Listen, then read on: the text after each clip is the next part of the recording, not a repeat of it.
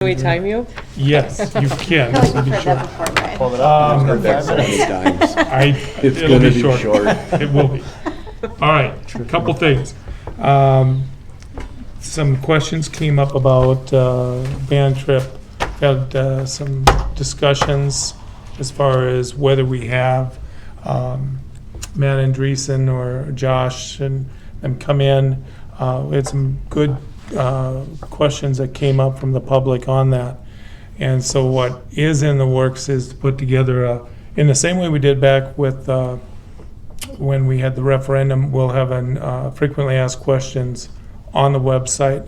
So we'll take those questions that we already have, put them out there, and it may save everybody some time as far as, you know, when we got those common questions, let's just get it out there for everybody, and then they can put through Synergy that, okay, parents, check this site out, because, and if you got more questions, send the questions in, that'll come to us, and then they can put their answers together and then put the question and answer right on it. So that will be coming. That will be good. Yeah, it's needed. It's Well, and I needed. That's a think- big trip. I heard so many questions because, you know, obviously having a 10th grader is my first time. So these are all great questions. Yeah, So when I sent that email, I appreciated the response, and it'd be great for everybody else to see those It's similar exactly, ones. instead of doing it 3 times or Yeah. 4, you know, just Yeah. get it out in one spot, and so that's being worked on. Okay. This Thursday, I have a meeting on innovative zones. It's a small group. It has higher ed, K-12, business partnerships. Basically, this is looking at how can we tap in on some common goals between business partnerships, between M-State, West Central Initiative, a few others. There's 5 or 6 superintendents that'll be involved with this. And then, like I said, some of the higher ed colleges, but it's really looking at the college and career readiness. And are there ways of utilizing facilities, what else not, to get the most bang for the buck so that we're not asking the public to support endeavors for the same thing and just mimicking those costs. So instead, putting it all together. So it's, this is the first time that they've brought this group together, so I'm looking forward to seeing. There isn't a lot of money from the state on this. You may have heard, you know, MREA and some of them talk about innovative zones. There's 3 right now. They're looking, legislature put out just little pockets of money for it, but they're looking at expanding this at the state level. So again, it's trying to work on partnerships between business, higher ed, and K-12. So you're meeting on Thursday where? On Fergus. Oh. So we've got Moorhead, Alex, Fergus Falls. So just a handful of the different ones that also have the colleges in the vicinities. And then, like I said, West Central Initiative and a couple other big players in the market. So it has, the timing is great as we're looking at, you know, some of the what ifs with facility task force and such, to get that kind of information at the same time. Because Moorhead's looking at some of the same issues with high school. You know, what they're going to do with their high school offerings and their facilities and what else not. So it is really, really good timing. Middle school, we have a team of students, and again, this is very much in the planning phase. I was contacted 2-3 weeks ago from Chris Gibbs from DLR Group. Those of you who've been on the board, went down last year, you remember how they had some middle school students that went through they basically spent a day down at MSBA and looking at doing some, it's very similar to when Katie Ullman had sent that email to all of you to find out if you want to be a judge for, okay, very similar to that, except it's, so what'll happen, we've been selected, our middle school, it's a team of 4 students. So they'll go through a process to select those 4 students, opening it up to all the middle school kids in, whether it be a particular grade or all the middle school students in general. And then they will select 4 students to be represented. Dana Moffett will be involved in this for sure. So Heidi, Dana, and I have had a couple of meetings on this. Basically, what they'll do is we select the 4 students. DLR will send up one of their architects to actually come up and work with the kids between Thanksgiving break and Christmas break on creating a problem. So they actually do a problem statement, and then it's, one of these future things. Year 2035, okay, you create a problem of what you'd like to do, brainstorming, solving. And then the 3 different teams, after Christmas break, they'll do a web meeting with all the students together on a webinar, and then they will select which school districts get which questions. They may get their own, they may get a different school district's question. They don't know yet.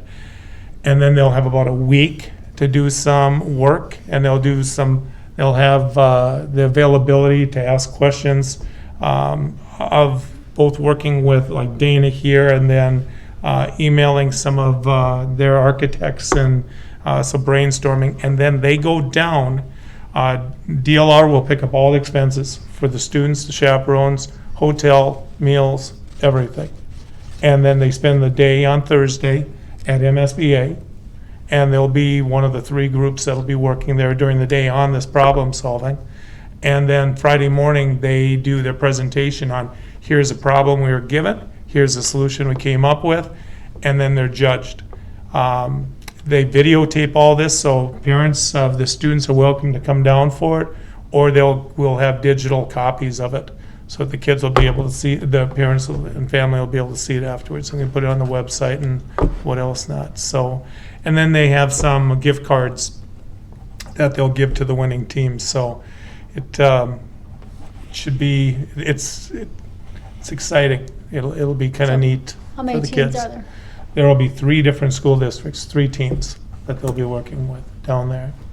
Did we So- have to submit something to get chosen, or did they? No, they select different school districts each year. They've done this for a few years, and then they just select so many schools each year to do it.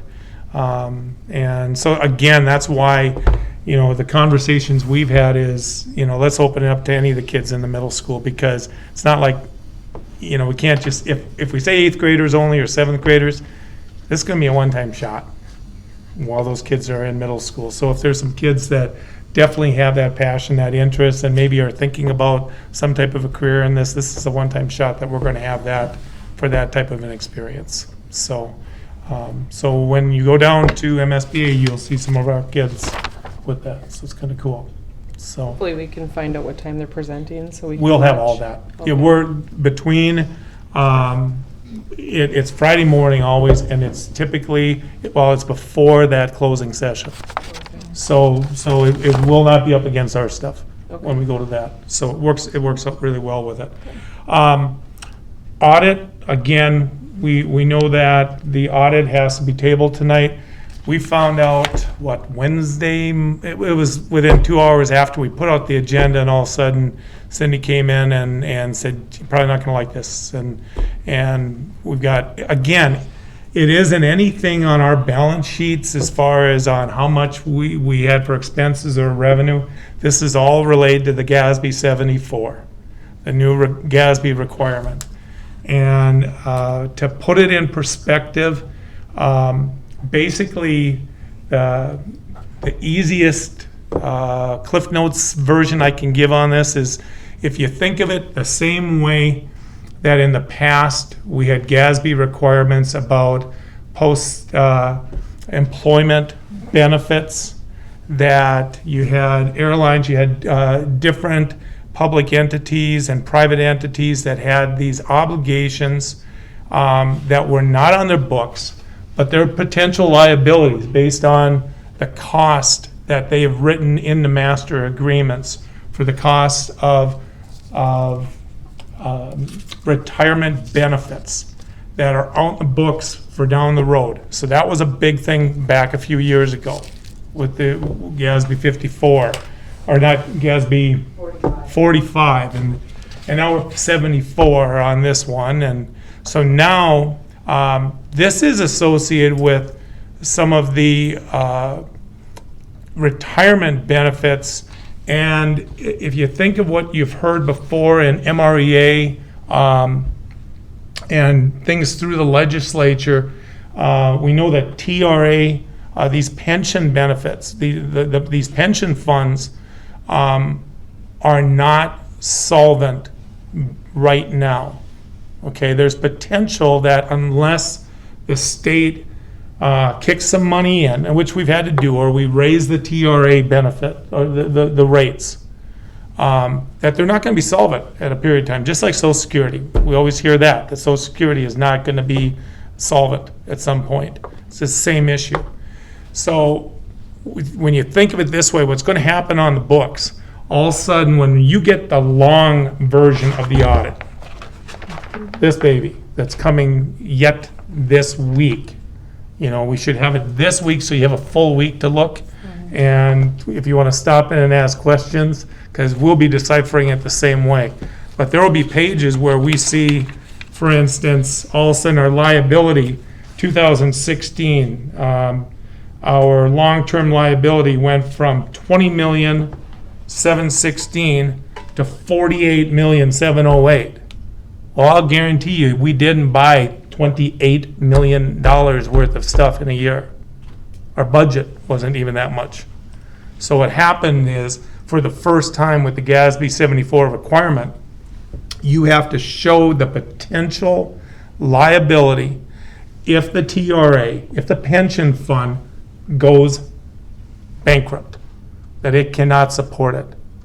Okay? This is the potential liability of the employees that the public entity has for those future costs if it is insolvent.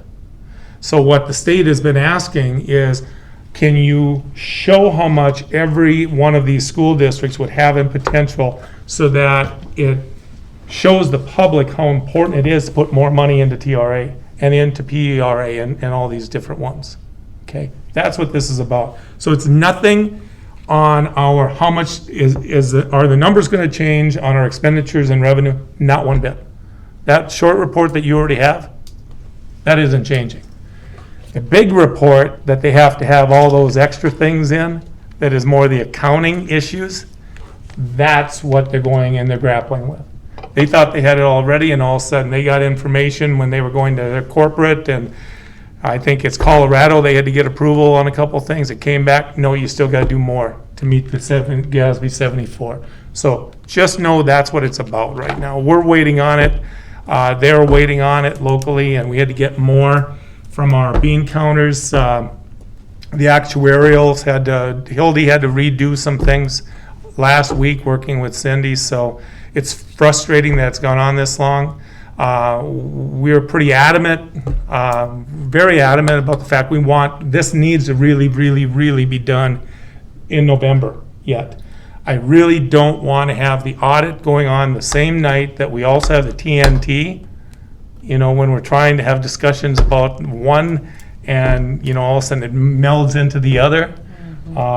They're two separate things. So, plus, one of our policies, those of you on the policy committee know that we by policy are supposed to have the one fiscal report published by November 30th. So on the 27th, we'll have both that report and the audit ready for you.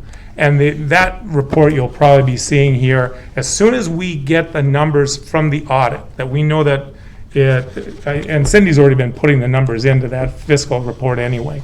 But you'll get a copy of that fiscal report in advance of that meeting on the 27th. So you can just take a look at it, because that's what we'll be putting on the website once you approve that on the 27th. And then we'll be meeting policy, state requirements, all of that. So we're okay on the timeline. It's just later than any of us really want. I've never had an audit go into November before.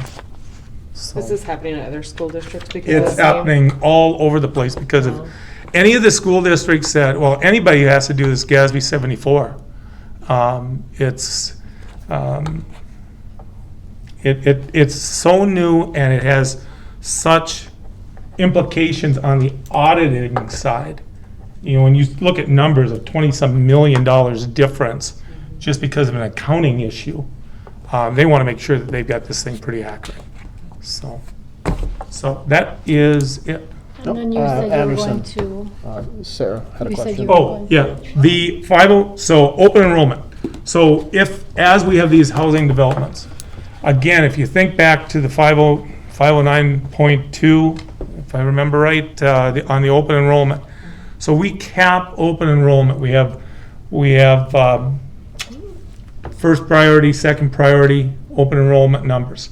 So when the board put that policy in place in the first, anyway, it was with the idea that as we have natural growth in the district, basically what'll happen is that will squeeze out more of the open enrollment. So it's a good thing that we're seeing divisions, any of the housing that happens in district, because what'll happen is if a particular grade has, as soon as we hit 140, that second priority number, they're done. It'll still leave us 15 spots for ones that are priority one. Kids of employees, siblings of existing, anybody in those zones of transition, those are all priority one. So it still leaves us a number of students per grade for that. So it's just, again, it's a nice buffer to give the board some time to see, okay, as we have housing increasing, we still have a buffer zone to be able to play with during those years. Because most of those grades, remember, we have over 30%, 30-some percent open enrollment. So we still have a good buffer zone to work with. But it's going to be important to just, as we've been doing, we monitor those open enrollment numbers. And so as we have more residents coming in, it just means that we have less open enrollment per grade that's available. So that was part of the plan, that would squeeze down that percentage of open enrollment. Makes sense. We've had lots of conversations about it, and I think it is working. It's going to take time, but.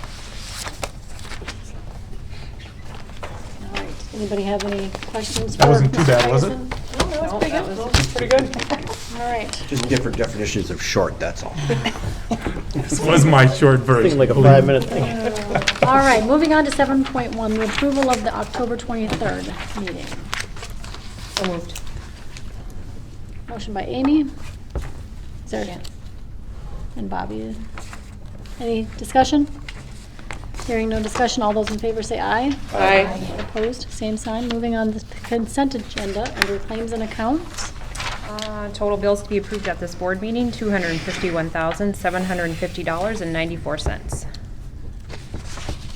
All right, and the resignation of Roger Safransky, assistant boys track coach, effective the 2017-18 school year.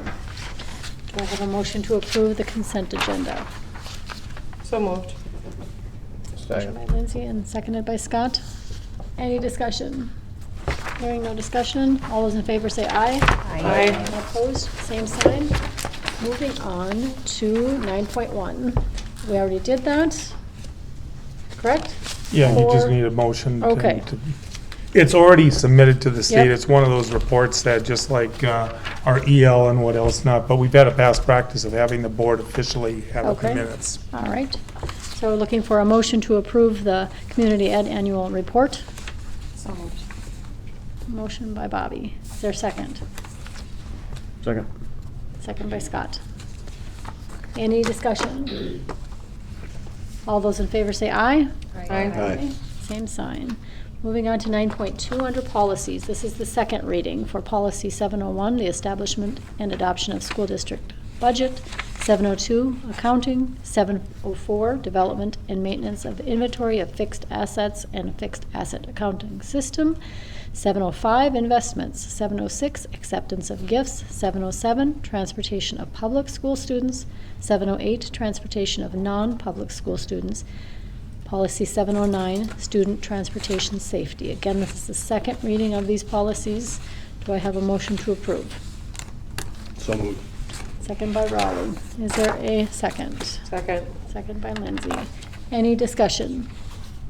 All those in favor say aye. Aye. Opposed? Same sign. Moving on to 9.3, the legislative leave request. This is for Paul Marquardt.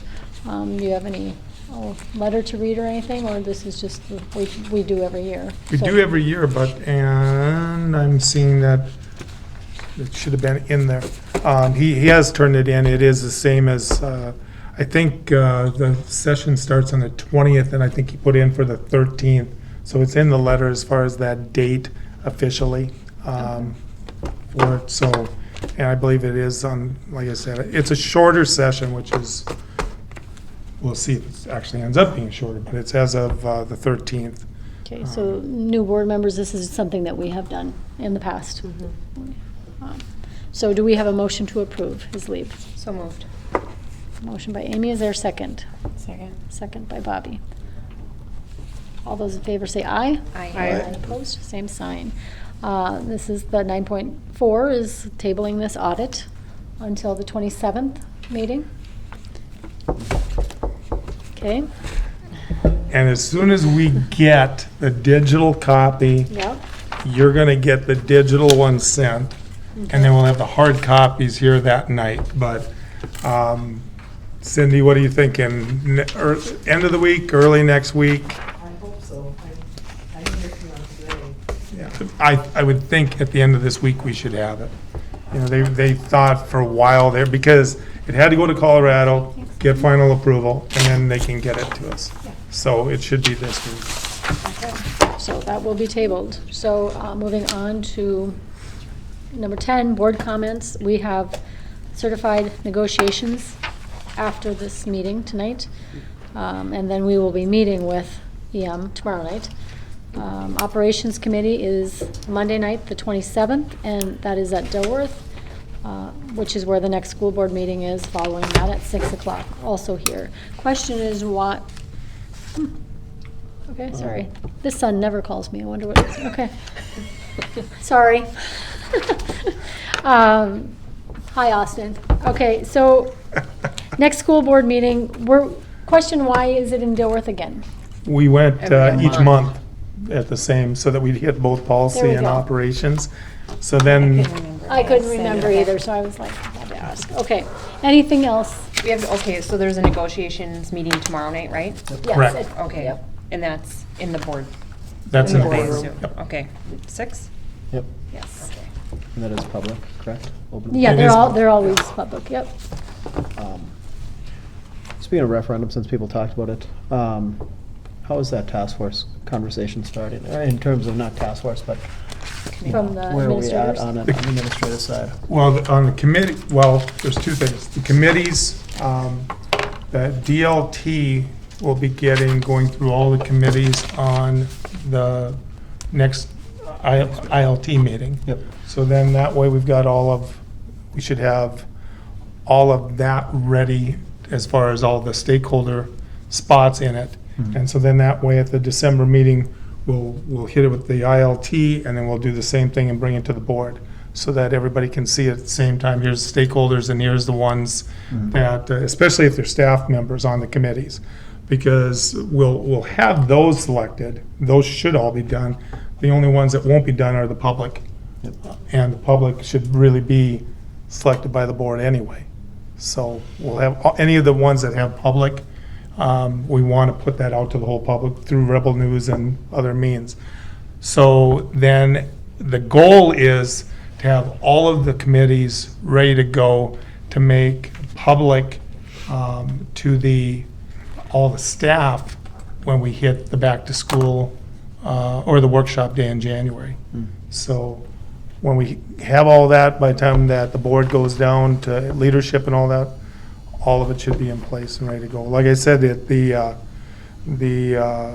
actual committee structure is in pretty good shape right now. As far, again, it's not public yet as far as that spreadsheet but Brooke has it all linked, hyperlinked together, Ray. So it's a matter of starting to fill in names after we get the stakeholders in there. So. Are you still going to put out a timeline like you'd mentioned for us new board Yeah. members to kind of see what the steps are? And part of that is I've got to get these committees, we've got to have that for that. Once we Okay. get the committee, then we can say, okay, we know who's going to be involved, and then we can figure out the timeline. So it's kind of like chicken and egg right now. How many Just committee gonna members is come first. ideal? Is it about 20 total for the entire? How many committees? No, for How many what?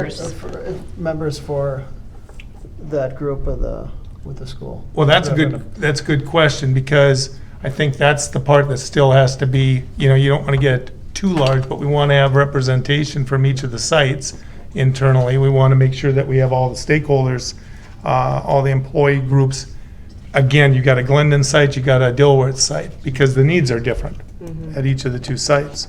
And then it's a matter of getting people from the public that would also be identifying with those particular needs. So in December, you know, we'll give everybody here's the stakeholders right now being represented or recommended, not names of people, but at least what levels of committee the stakeholders would be at. And then it's a matter of then starting to fill in the names. So, and then that'll be nice to have some discussion as we go into leadership and the meeting down MSBA, and start thinking about how, looking at from some other school districts, how they're doing, because you guys will all have that opportunity to talk to different ones down there. Yeah, this will be a really good conference time. Yeah. We'll have a different perspective when we come this time. Exactly. All right, so anybody else, anything else to add? So it should be a lot coming between December and January, by the time we go to that leadership conference. Okay, that sounds good. I'm getting ahead of myself. I was gonna say work group meeting sometime in January, obviously, but Yeah, that'll go hand in hand with it. Yeah, February will be really good, because then by that point, we'll have all the officers, everything else all set up. All right, sounds good.